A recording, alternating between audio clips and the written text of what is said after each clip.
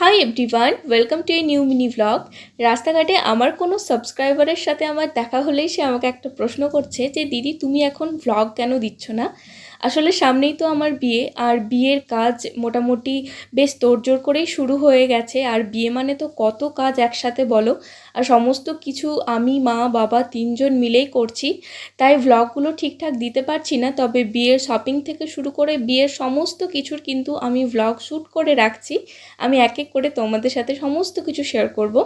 এখন আমাদের এখানে চলছে একটা মেলা, হুচুক মেলা। এই মেলাটার নাম প্রতি বছর বর্ষাকালে বসে এটা। তো আমি মা ভাই তিনজন আজকে দেখতে এসেছিলাম। মেলাটা বেশ ভালো বসেছে। মেলা ঘুরলাম, কিছু বই কিনলাম এখান থেকে, আর তারপর গেছিলাম খাবার খেতে।